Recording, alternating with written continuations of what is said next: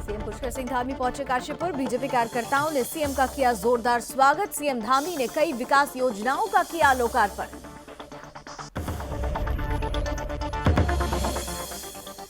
उत्तराखंड में राज्य सरकार की तरफ से सामुदायिक स्वास्थ्य केंद्रों पर चलाया जा रहा टीकाकरण अभियान। महाअभियान का शुभारंभ गीता धामी ने टीकाकरण की सेकेंड डोज लगवाकर किया।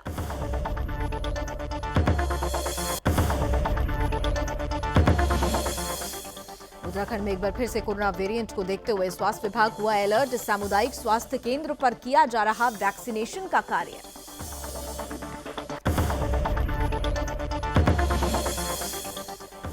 टनकपुर समाज कल्याण विभाग की तरफ से कॉलेज में बहुउद्देशीय शिविर का आयोजन। शिविर में सरकार की तरफ से चलाई गई योजनाओं के बारे में लोगों को दी गई जानकारी।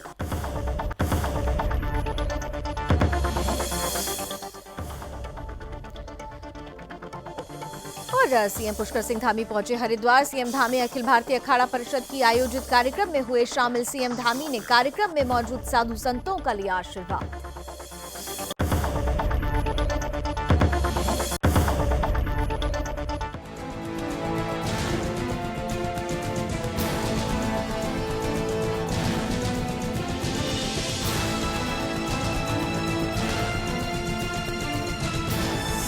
आप देख रहे हैं सुदर्शन न्यूज।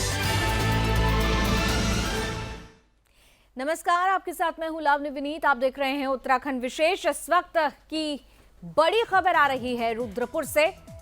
ब्रेकिंग न्यूज आ रही है रुद्रपुर से। सेल्फी लेने में 2 युवक की जान चली गई है। देखिए, सेल्फी एक बार फिर से जानलेवा साबित हुई है। चलती ट्रेन के आगे ले रहे थे सेल्फी और दुर्घटनाग्रस्त हो गए। 2 युवकों ने जान गंवा दी। ट्रेन की टक्कर से दोनों युवक नाले में जा गिरे, जिससे उनकी मृत्यु हो गई।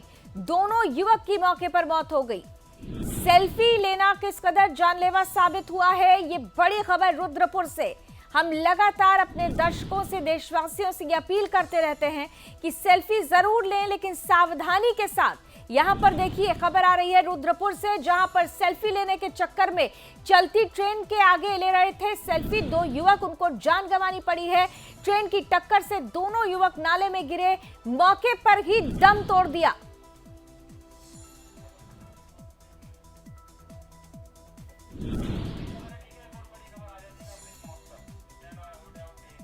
और इसी के साथ एक और बड़ी खबर आ रही है। रुक करते हैं उस बड़ी खबर का। आजादी का अमृत महोत्सव, इससे जुड़ी हुई बड़ी खबर आ रही है। पिथौरागढ़ पहुंचे हुए केंद्रीय कानून मंत्री। आजादी के अमृत महोत्सव कार्यक्रम के तहत ही विधिक और चिकित्सीय शिविर में शामिल भी हो रहे हैं केंद्रीय मंत्री। और न्याय पहुंचाने में पहले स्थान पर उत्तराखंड है। बड़ी प्रतिक्रिया आई है केंद्रीय कानून मंत्री की तरफ से। पिथौरागढ़ पहुंचे हुए हैं और उन्होंने कहा कि न्याय की अगर हम बात करें तो उत्तराखंड में तेजी के साथ जल्द न्याय पहुंचाने का आधार तय कर दिया गया है। अग्रणी रहा है उत्तराखंड जल्दी न्याय पहुंचाने में।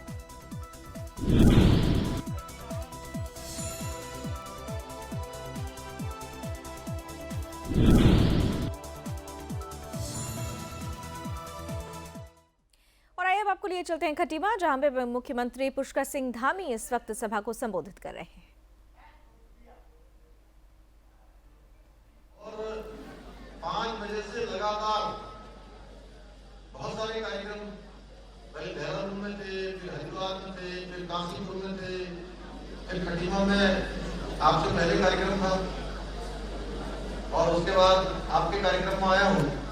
और ये क्रम जो है अभी रात के 10, 11, 12 बजे तक चलेगा। ठीक है भास्कर, लोधी जी और तेरा टीम बैठे हैं, तो ये कार्यक्रम हमारा लगातार चलेगा। और रुकना और थकना, कहते हैं रुक मत जाना, थक मत जाना। वो एक हमारी वो है ना कविता, रुक मत जाना, थक मत जाना, चलते जाना, बढ़ते जाना, कहते जाना भारत माँ की जय, भारत माँ की जय। तो निश्चित रूप से आप सब लोगों ने पूरे दिन भर के आज के इस कार्यशाला में कितने सत्र हो गए अभी तक आप लोगों के? इससे पहले कितने सत्र हुए कोई बताएगा? किसी को पता नहीं है। ये कौन सा सत्र चल रहा है? ये नए हैं क्या बच्चे? अरे आप मत बताइए, आप कोई बच्चे हैं क्या? बच्चों में से बताए 21 सत्र हो गए। और कोई बताओ, आप लोग कहां से आए हैं? कौन कौन से स्कूल से आए हैं?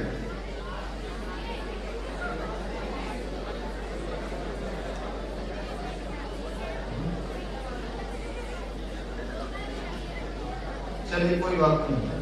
देखिए भाइयों बहनों, हमारा जो प्रदेश है वो एक युवा प्रदेश है। हमारे प्रदेश को बने हुए 21 वर्ष पूरे हो गए और ये युवा प्रदेश सपनों और ऊर्जा से भरा हुआ है। इन सपनों को पंख देने का कार्य कोई कर सकता है तो आप जैसे युवा कर सकते हैं। आगे बढ़ाने का काम कोई कर सकता है तो युवा कर सकता है। युवा प्रदेश है और हमारा जो देश है वो भी युवा देश है, जहां की कुल आबादी का 50% से ज्यादा आबादी आज भी हमारे देश की युवाओं की है, छात्रों की है।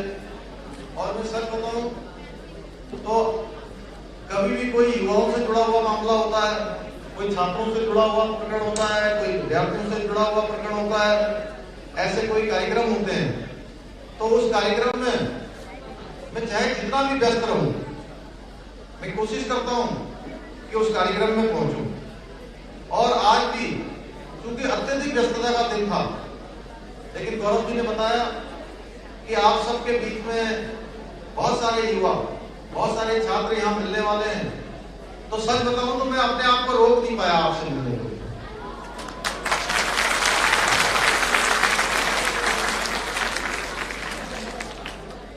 अब युवा कौन होता है? युवा कौन होता है? युवा की परिभाषा क्या होती है? मैंने कहा कि ये आना जाना बिल्कुल बंद कर दीजिए, या तो इसको बंद कर दो, बंद कर दें। इसके ऊपर डिस्टर्ब होता है, आना जाना ये वो, बंद करिए। जिसको आना है आ जाए, जिसको जाना चले जाए, करे बंद कर दीजिए। अब कोई अंदर नहीं, जो अंदर आ गया वो बाहर नहीं जा सकता।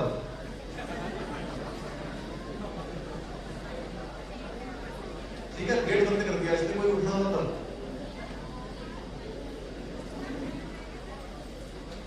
मैं कह रहा था कि युवा कौन होता है? युवा वो होता है जिसके पैरों में गति होती है। युवा वो होता है जिसका सीना क्या तेज धड़कता है। जानते हो ना सीने में क्या होता है? जोर से बोलिए, अरे आवाज ही नहीं आ रही है। युवा वो होता है जिसके पैरों में गति होती है। युवा वो होता है जिसका तेज दिल धड़कता है, जिसका सीना तेज धड़कता है। युवा वो होता है जिसके आवाज में क्या होती है? जान होती है। क्या होती है?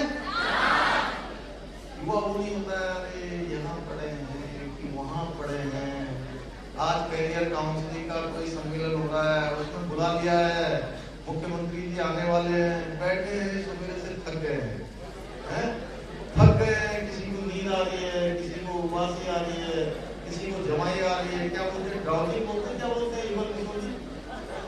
ड्राउजिंग। ऐसा ही है ना? ऐसा ही है। तो जोश क्यों नहीं आ रहा तुम लोगों को? कोई युवाओं का कार्यक्रम हो,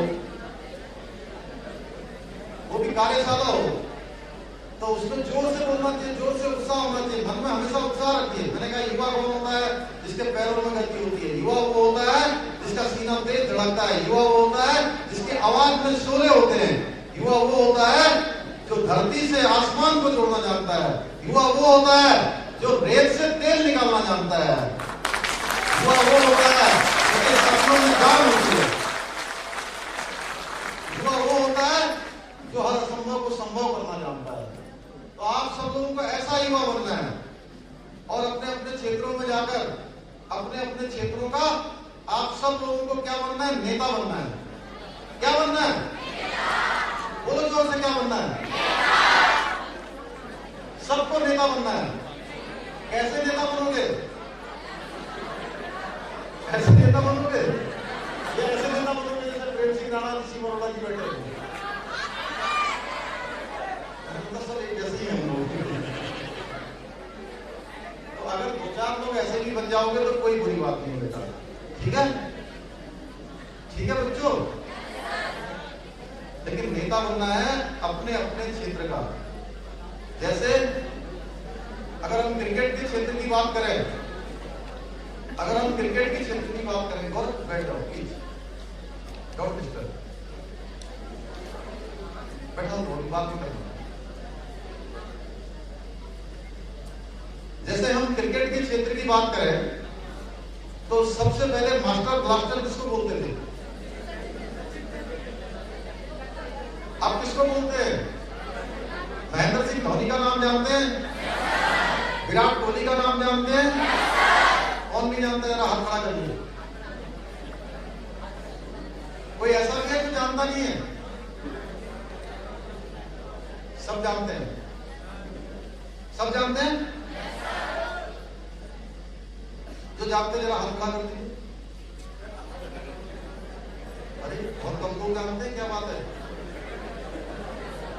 उधर नहीं जानते क्या? पीछे उधर वाले सब जानते हैं? चलिए, जो नहीं जानता वो खड़ा कर दीजिए। अच्छा सब जानते हैं, ठीक है।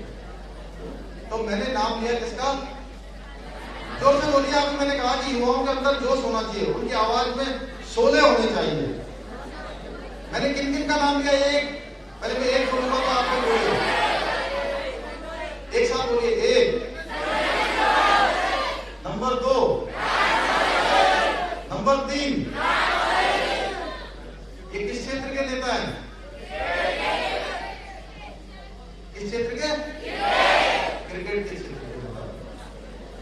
इसी प्रकार से आप लोगों ने बछेंद्री पाल का नाम सुना है? इन्होंने क्या किया है पता है ना? पर्वतारोही। हाँ बहुत बढ़िया। क्या नाम है इस बच्ची का? हाँ इसका ही क्या? हाँ बेटा बताओ अपना नाम।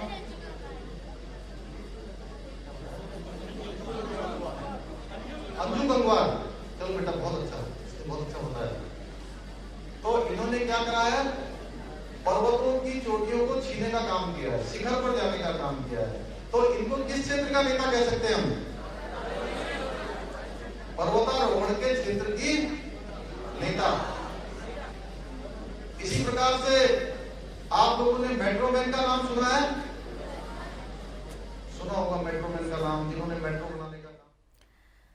तो युवा करियर जागरूकता और संवाद सम्मेलन में सीएम पुष्कर सिंह धामी मौजूद हैं और युवाओं से उनके करियर के प्रति वार्तालाप चल रहा है, संवाद चल रहा है। इन सबके बीच उत्तराखंड के सीएम पुष्कर सिंह धामी अपने तयशुदा कार्यक्रम के अनुसार काशीपुर के स्पोर्ट्स स्टेडियम भी पहुंचे, जहां बीजेपी कार्यकर्ताओं ने सीएम धामी का जोरदार स्वागत किया। इस दौरान सीएम धामी ने हिंदू इंटर कॉलेज के सभागार में पहुंचकर विभिन्न विकास योजनाओं का लोकार्पण और शिलान्यास किया। इसी के साथ ही उन्होंने स्वयं सहायता समूह के 10 चेक भी बांटे। साथ ही इस दौरान उन्होंने यहां पर एक जनसभा को भी संबोधित किया। वहीं सीएम धामी को सुनने के लिए दूर दूर से लोग पहुंचे थे। सीएम धामी की सुरक्षा को देखते हुए चप्पे चप्पे पर पुलिस बल तैनात की गई। वहीं 1 घंटे की जनसभा को संबोधित करने के बाद मुख्यमंत्री पुष्कर सिंह धामी अपने गंतव्य की ओर रवाना हो गए।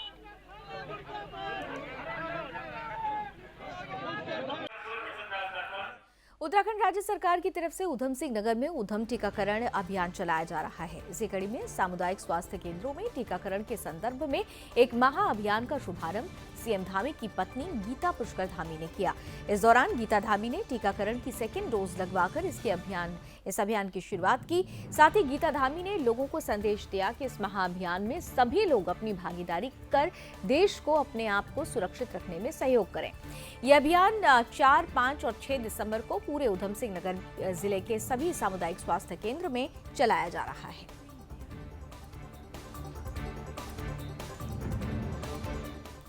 उत्तराखंड में एक बार फिर से कोरोना वेरिएंट को देखते हुए स्वास्थ्य विभाग सतर्क हो गया है। इसी कड़ी में जसपुर में स्वास्थ्य विभाग पूरी तरह से अलर्ट मोड पर है। सामुदायिक स्वास्थ्य केंद्र जसपुर में सैंपलिंग के साथ साथ वैक्सीनेशन का कार्य भी तेजी से हो रहा है।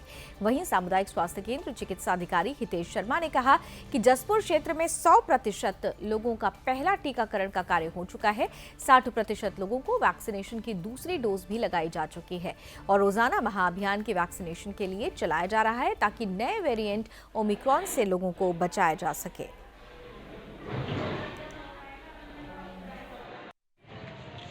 ब्लॉक में 100% लोगों का टीकाकरण पहला वाला हो चुका है और दूसरी डोज भी 60% लोगों को लग चुकी है, लेकिन अभी भी 40% लोगों को दूसरी डोज लगनी बाकी है। उसके लिए महाअभियान चला जा रहा है और रोजाना प्रयास किए जा रहे हैं। सभी लोगों से, जनता के लोगों से अपील है और उनकी खुद की भी रेस्पॉन्सिबिलिटी बनती है कि वो आके तुरंत अपनी सेकेंड डोज लगवाएं। इधर टनकपुर समाज कल्याण विभाग ने अटल उत्कृष्ट बालिका इंटर कॉलेज में बहुउद्देशीय शिविर का आयोजन किया। सभी विभागों की तरफ से आम जनमानस के समस्त कार्यों को स्वच्छता पूर्वक किया गया। सरकार की तरफ से चलाई गई योजनाओं को समाज के अंतिम व्यक्ति तक शिविर के आयोजन के जरिए पहुंचाया गया।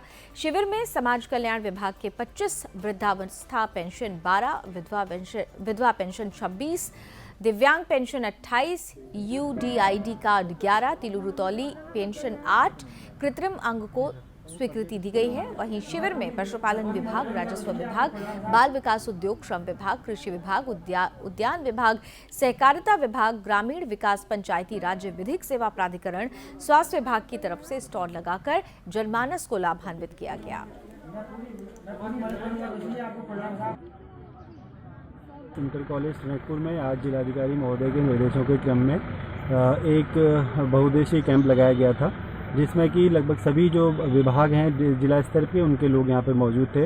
इसमें कई जो विकलांग पेंशन और ओल्ड एज पेंशन, इसके अलावा और जो जितनी भी गवर्नमेंट की स्कीम्स हैं उनके लोगों को उनकी जानकारी दी गई तथा कई लोगों ने इसका लाभ उठाया।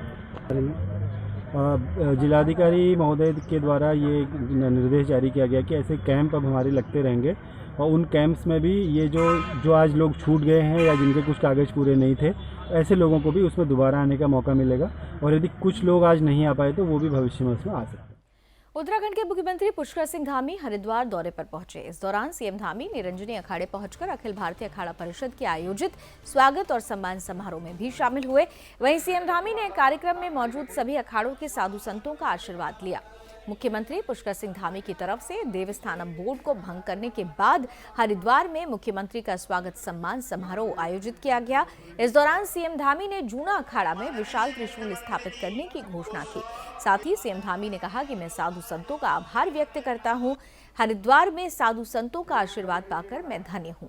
साधु संतों का आशीर्वाद मेरे लिए प्रेरणा है और नए नए कार्य करने की साधु संतों से मुझे ऊर्जा मिलती है। देवस्थानम बोर्ड जो हमारी तरफ से भंग किया गया है, उसमें उत्तराखंड के सभी लोगों की इच्छाओं का संज्ञान लेकर बंद किया गया। उत्तराखंड सरकार सभी मंदिरों के संवर्धन और संरक्षण के लिए प्रतिबद्ध है। वहीं सीएम ने कहा कि उत्तराखंड राज्य सभी राज्यों से श्रेष्ठ बने, इसके लिए एक रोड मैप तैयार किया जा रहा है और हमारी तरफ से की गई सभी घोषणाओं की धरातल पर उतरने का कार्य किया जा रहा है।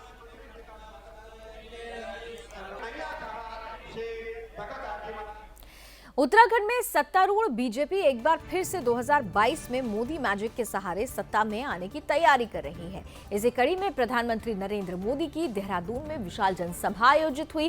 प्रधानमंत्री की जनसभा में भारी तादाद में लोग पहुंचे। गढ़वाली बोली में अपना संबोधन शुरू कर पीएम मोदी ने उत्तराखंड की जनता तक अपनी मन की बात पहुंचाई और साथ ही मोदी ने परेड ग्राउंड में 18,000 करोड़ की योजनाओं का लोकार्पण और शिलान्यास भी किया।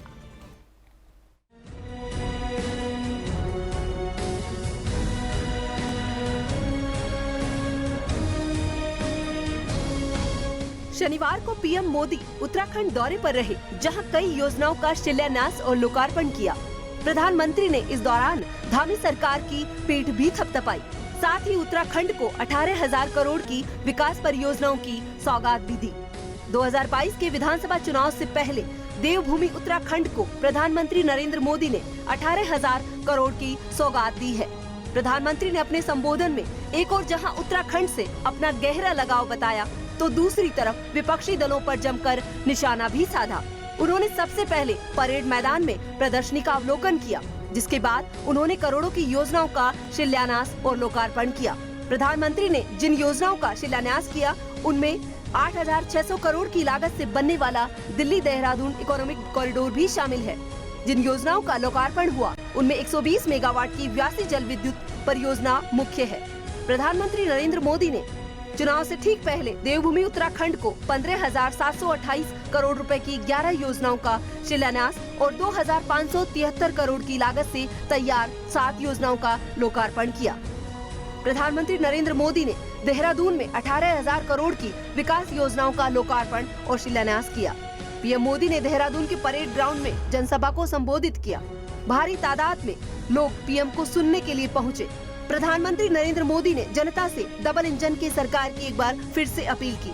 उन्होंने लोगों को कहा कि केंद्र और राज्य सरकारों के आपसी समन्वय के चलते प्रदेश का तेजी के साथ विकास हो रहा है। उन्होंने पूर्ववर्ती सरकारों पर हमला भी बोला और अपनी सरकार की उपलब्धियों का बखान भी किया। उत्तराखंड के विकास के लिए केंद्र सरकार ने 1,00,000 करोड़ रुपए से अधिक 1,00,000 करोड़ रुपए से अधिक 1,00,000 करोड़ रुपए से अधिक परियोजनाएं स्वीकृत की हैं। यहां की सरकार इनको तेजी से जमीन पर उतार रही है। इसी को आगे बढ़ाते हुए आज 18,000 करोड़ रुपए से अधिक की परियोजनाओं का लोकार्पण और शिलान्यास किया जा रहा है।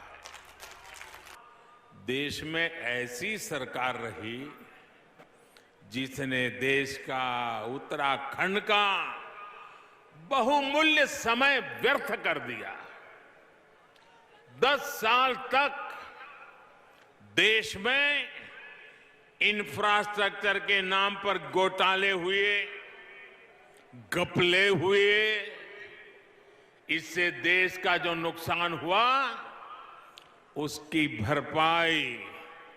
भरपाई के लिए हमने 2 गुनी गति से मेहनत की और आज भी कर रहे हैं। आज भारत आधुनिक इंफ्रास्ट्रक्चर पर हमारे लिए उत्तराखंड तप और तपस्या का मार्ग है। साल 2007 से 2014 के बीच जो केंद्र की सरकार थी, उसने 7 साल में उत्तराखंड में केवल, हमारे पहले जो सरकार थी उसने 7 साल में क्या काम किया? पहले की सरकार ने 7 साल में उत्तराखंड में केवल 300 किलोमीटर भी नहीं, केवल 288 किलोमीटर नेशनल हाईवे बनाए थे। जबकि हमारी सरकार ने अपने 7 साल में उत्तराखंड में 2000 किलोमीटर से अधिक लंबाई के नेशनल हाईवे का निर्माण किया है। लेकिन पीएम मोदी के इस दौरे से और जनता को दी सौगात से कहीं न कहीं विपक्ष के होश जरूर उड़ गए होंगे, क्योंकि जनता के सामने अब किस वादे का लॉलीपॉप थमाया जाए, शायद इस पर विचार करना शुरू कर दिया होगा। ब्यूरो चीफ कृष्णा कुमार की रिपोर्ट।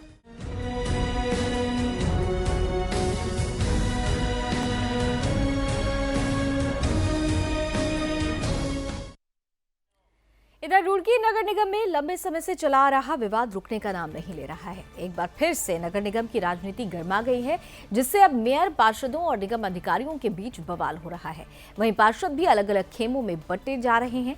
ताजा विवाद निगम की टेंडर्स में अनियमितता को लेकर है। दरअसल मेयर ने नगर निगम में भ्रष्टाचार का गंभीर आरोप लगाया। मेयर ने इस मामले में आईआईटी रुड़की से जांच और रिपोर्ट आने पर भुगतान करने की बात कही, जिससे मामला पहले से चल रहे विवाद के बाद और बढ़ गया है। इससे नगर निगम की सियासत भी बढ़ गई है। इतना ही नहीं, मेयर ने कुछ पार्षदों का नाम लेते हुए उन पर अपने ऊपर हमला करने का भी आरोप लगा दिया है। मेयर का कहना है कि निगम के अधिकारियों के कहने पर उन पर हमला किया गया है। फिलहाल मामले की जांच जारी है। इतना संलिप्त इनका कि जब से ये मेयर बने हैं लगातार किसी न किसी विवाद में भ्रष्टाचार कर रहे हैं। अभी हाल में जो टेंडर हुए हैं वो टेंडर लगभग 43% 40% बिलो पर गए हैं। 43% बिलो पर टेंडर जाने से वो कहते हैं कि गुणवत्ता अच्छी नहीं आएगी। हाँ, हम कहते हैं कि गुणवत्ता अच्छी नहीं आएगी, उसके लिए तो हमारे पास में नगर निगम की बड़ी अच्छी टीम है। हमारे पास में जाँच कराने के लिए IIT है, हमारे पास में PWD है। लेकिन अगर समस्या आ रही है तो उनके सामने कमीशन की आ रही है, क्योंकि उन्हें कमीशन नहीं मिल पा रहा है। भारतीय जनता पार्टी की सरकार है, जीरो टॉलरेंस की सरकार है, जिसमें भ्रष्टाचार बिल्कुल भी बर्दाश्त नहीं होगा और वो इसमें यहाँ पर कमीशन ढूंढ रहे हैं। मैंने कल एक आदेश जारी किया कि जो परसों हमारे यहाँ टेंडर हुए थे 54 टेंडर 54, उस सारे के सारे की जांच पहले IIT करेगी। जब रिपोर्ट आएगी उस रिपोर्ट के आधार के बाद भुगतान होगा, उससे पहले नहीं होगा, ऐसा मैंने लिखित आदेश जारी किया। और ये समझिए आपकी इतनी घटिया क्वालिटी की सड़कें बन रही हैं जिनके मानक M20 आने चाहिए, M7, M8, M9, M10। मैंने IIT को छोड़ के भी अपने स्तर से भी उनकी जांच कराई है। इतनी गंदी सड़कें बन रही हैं कि साल 2 साल भी नहीं चल सकती। और चलिए इसी के साथ उत्तराखंड विशेष में अभी बस इतना ही, लेकिन देश और दुनिया की तमाम खबरों के लिए आप जुड़े रहिए सुदर्शन न्यूज के साथ। जय हिंद।